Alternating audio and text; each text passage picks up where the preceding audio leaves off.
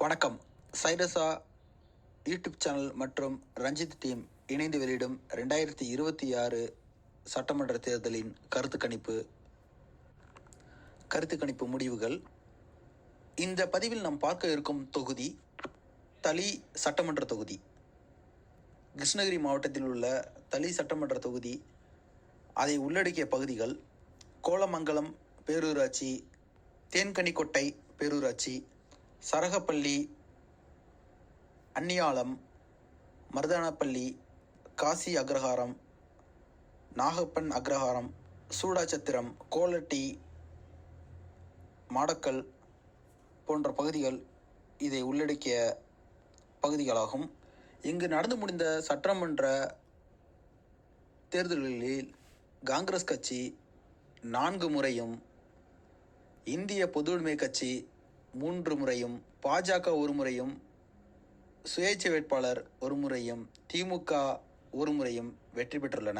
கடந்த 2021 சட்டமன்ற தேர்தலில் இந்திய பொதுவுடைமை கட்சியை சார்ந்த ராமச்சந்திரன் என்பவர் 1,20,641 வாக்குகளை பெற்று, அதாவது சதவீத அடிப்படையில் 62.82% பெற்று வென்றுள்ளார். அவரை தொடர்ந்து பாஜகவை சார்ந்த நாகேஷ்குமார் அவர்கள் 64,415 வாக்குகளை பெற்று 2ஆம் இடத்தில் உள்ளார். இவர் பெற்ற வாக்கு சதவீதம் 33% நாம் தமிழர் கட்சியை சார்ந்த செல்வராணி 3,776 வாக்குகளை பெற்றுள்ளார். நோட்டோவுக்கு கிடைத்த வாக்குகள் 1,966. நாகேஷ்குமார் அவர்களை ராமச்சந்திரன் 56,226 வாக்குகள் வித்தியாசத்தில் வென்றுள்ளார். இந்த தளி சட்டமன்ற தொகுதியை பொறுத்தவரை ஒக்காலிக்கர் 26% வாக்கு வங்கியை வைத்துள்ளனர். அவர்களை அடுத்து நாயுடு 22%, ரெட்டியார்கள் 14% இங்கு கணிசமான அளவில் வசிக்கின்றனர். இவர்களுடைய வாக்கு வங்கி மிகவும் முக்கியம் வெற்றி தோல்வியை தீர்மானிப்பதற்கு. இது ஒரு பொது தொகுதியாகும். இங்குள்ள மொத்த வாக்காளர்கள் 2,42,107. அதில் ஆண் வாக்காளர்கள் 1,24,757. பெண் வாக்காளர்கள் 1,17,350.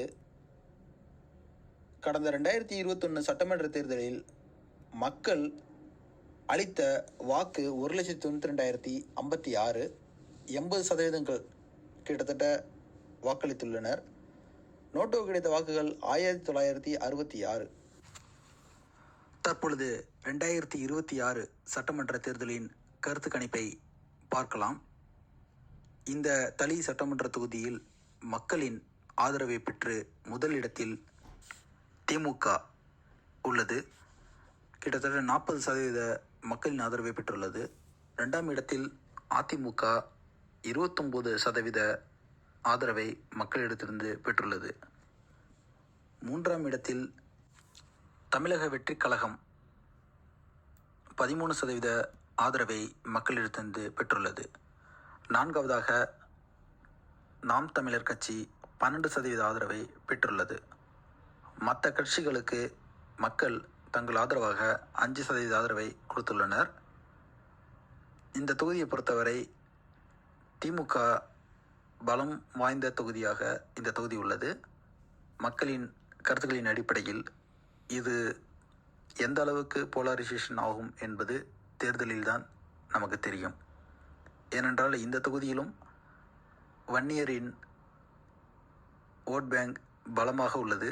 ஸோ இது பாமகவிற்கான ஆதரவு இந்த அதிமுகவின் ஆதரவாக மாறி அது எந்த அளவுக்கு வெற்றியை கொடுக்கும் அதிமுகவிற்கு என்பது தேர்தல் பணிகளிலே அதற்கான ரிசல்ட்டை பெற முடியும். மற்றொரு தொகுதி நிலவரத்தை அடுத்த பதிவில் பார்க்கலாம். நன்றி, வணக்கம்.